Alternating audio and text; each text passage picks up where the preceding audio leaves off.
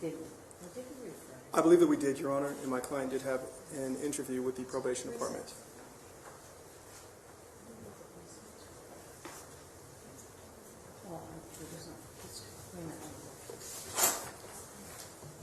All right. The court wants to acknowledge that I have seen the sentencing memo that you've filed with the court, in addition to all the letters of support that were attached to it, plus there was another letter from Ms. Bickerstaff on behalf of Mr. Ivey as well. I've reviewed and read those. Thank you. Okay, on behalf of the state, Mr. Meyer? Yes, I have a question. One of the conditions of the plea was that Mr. Ivey would testify truthfully at trial, as you requested. What is the status? Your Honor, Mr. Ivey has cooperated with the state so far, and he's given statements to investigators.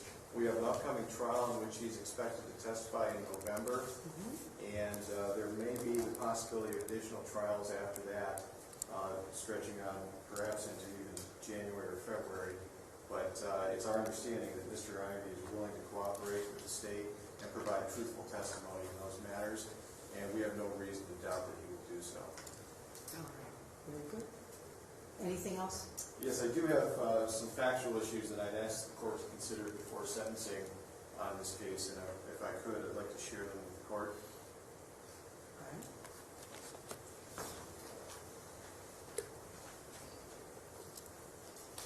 Your Honor, Mr. Ivey pled guilty to obstructing justice, and the underlying case that was at issue for the obstruction count was a death investigation of an inmate who died in Cuyahoga County Jail on August 28th. The inmate was Joseph Arquillo, and he died of an opioid overdose. He had been in the county jail for about 10 hours and ingested the opioid sometime between his arrest and when he died on the 28th. Mr. Ivey showed up at that death scene, and guards who were at the scene notified the state during the death investigation that Mr. Ivey had ordered them to turn off the body cameras as this inmate was being recovered from the pot. That's important for a couple different reasons. This death investigation focused on whether anyone in the jail had fault for this death, because the inmate was still alive as much as an hour and a half after he collapsed from his overdose. And careful analysis of the video shows that the inmate was still breathing, struggling to breathe, approximately 40 minutes before Mr. Ivey showed up at the scene. That's important because the failure to summon medical treatment was the focus of the investigation. The guard on duty had gone over to this inmate as he has collapsed, and you see that in the photos, and it basically kicked the mat and walked away. And as the photos will show, and the video will show, which we have in court, this inmate was still alive when that happened, and had medical care been summoned, it's the state's contention that this inmate in all likelihood would have lived. The guard who was on duty at the moment, at almost the precise moment this happened, and you'll see it in those photos that we provided you from the security video, was reading the Cleveland Plain Dealer, and he falsified records. The death investigation focused on that conduct. The body cameras, which were at issue, would have captured the audio from the witnesses who were at the scene. We don't have any audio because Mr. Ivey gave an order to the sergeant in charge of the jail. And the sergeant in charge of the jail, what he said to Mr. DeSimon on April 17th, and this is Mr. Ivey's statement, we can't film these because if we don't do something right, this is helping the civil lawsuits. We don't want to film these. And this was in the context of these deaths that were occurring in the Cuyahoga County Jail. That same day, April 17th, Mr. DeSimon went from that interview directly to Mr. Ivey's office and interviewed Mr. Ivey and confronted Mr. Ivey about this order that he had apparently given to not have body camera footage from these death investigations. And what Mr. Ivey told Mr. DeSimon was, oh, we have a policy not to film because of HIPAA.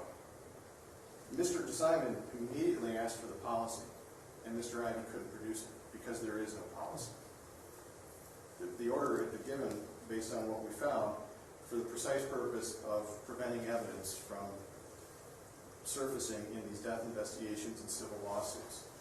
And when we questioned guards further, the two guards who were at the scene, and you see them in the video there, Officer Barthany and Officer Pritchett, they said they had destroyed the body camera video on orders, which we would have had these orders not been given. The body camera, we find, is vital in determining fault in these cases. And without it, we have very limited ability to understand what happened and then present the cases in court. So it's a very serious offense. Now, I will acknowledge that when Mr. Ivey was confronted with this conduct, he did accept responsibility. And he is willing to cooperate with the state going forward, and that is to his credit. But the offenses are serious. And with that in mind, we do believe, even with his cooperation, that the court should consider a jail sanction as part of its sentence. But if the court declines to do so, we would ask that the court have a suspended sentence that can be invoked if Mr. Ivey, for instance, reneges on his cooperation agreement and declines to testify in upcoming cases. What's the status on his employment? It's my understanding that Mr. Ivey is resigning effective today, and that paper will be filed today, and that is a condition of the plea. So one of the condition at the time of the plea that he testified truthfully, you believe he has done that, and the plan was another condition was that he would be resigning on the date of sentencing, and you expect that to be the case. Is that correct? I do, Your Honor.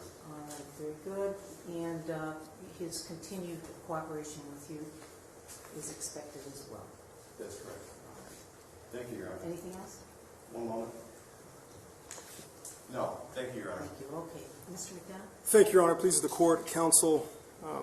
I think it's important to note that, I appreciate my colleague's narrative of the facts on the day in question, but we're not here because Mr. Ivey made an order to destroy evidence or destroy body cameras.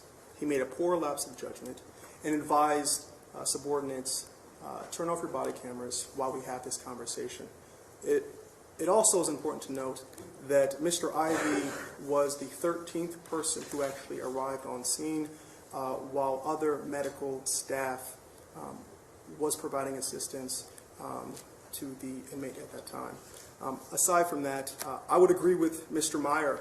My client took accountability and responsibility for his actions as evident by his change of plea, his constant cooperation with the Ohio Attorney General's office, as well as his resignation. And I can contest to the court, as well as I provided to counsel earlier today, I've already reached out to the Cuyahoga County Human Resources Department to schedule a meeting today. Mr. Ivey's resignation letter has already been drafted, approved, and we're just merely waiting for that meeting to occur. Your Honor, I hear that these are serious offenses, and any crime is serious. Mr. Ivey has worked in the public sector for over 28 years with an unblemished record. He's been constantly promoted to positions of responsibility and of leadership, leading multiple individuals. And it also should be noted that aside from his public service working for Cuyahoga County, he also worked for the United States military for over 5.5 years. It's extremely important because that references and demonstrates Mr. Ivey's leadership. Also, I believe there's no contestation that Mr. Ivey doesn't have a criminal record, misdemeanor and or felony. In one moment of a poor lapse of judgment now attaches to his long tenured reputation in this community. He acknowledges that, he accepts responsibility and accountability. However, taking accountability, stepping up, leading by example, and then with no dispute from the state of Ohio, and then hearing that a jail sentence is appropriate for Mr. Ivey, I just think that is unwarranted and unsubstantiated. I would ask the court to reflect on Ohio Revised Code 2929.21 as well as the factors in 2929.22. There's no reference of holding a first-time offender to the water or to the fire for future cooperation make sure he's on probation or community control sanctions. I do not think that's necessary. I think my client is resigning from his tenure position, cooperating willingly, has already cooperated with the state of Ohio, consistently, unwavering. As such, I think that the appropriate sentence should be court costs and or fines. And my client would like to address the court. It should be noted that I did not assist Mr. Ivey in these words. These are his own drafted words. Good morning, Your Honor. Good morning. I'd like to take this opportunity first to assume full responsibility for my actions and the decisions that I have made. For the last 28 years, as a correction officer, I've prided myself in being a good leader, leading by example, helping those that I can help in order to be successful. I'm also remorseful to the fact of the embarrassment, the stress that I've caused to my family, to my friends, to Cuyahoga County, and all those who has looked up to me over the years as a mentor and a leader. And I want to strive to continue to be that leader. So with that being said, Your Honor, I just want to say that as I stand here, I accept full responsibility for my actions, and I have the utmost remorse. This has caused me my entire career, something that I've worked extremely hard for.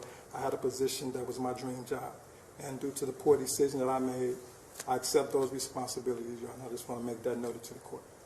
All right, very well. The court has reviewed the remarks of counsel and the pre-sentence report. I don't think much more really needs to be said. I do not believe at this point in time, considering that the state requires additional cooperation, I'm going to sentence you to county jail in counts 1, misdemeanor the first degree 180 days, count 2, misdemeanor the first degree 180 days. Counts will be served concurrently. The sentence is suspended. You're placed on probation. You would be, number one, the risk of this happening again. You have severely breached the public trust. I think you know you have done that. Yes, ma'am. And what you have done is serious. There will be rolling ramifications here on the civil and criminal side.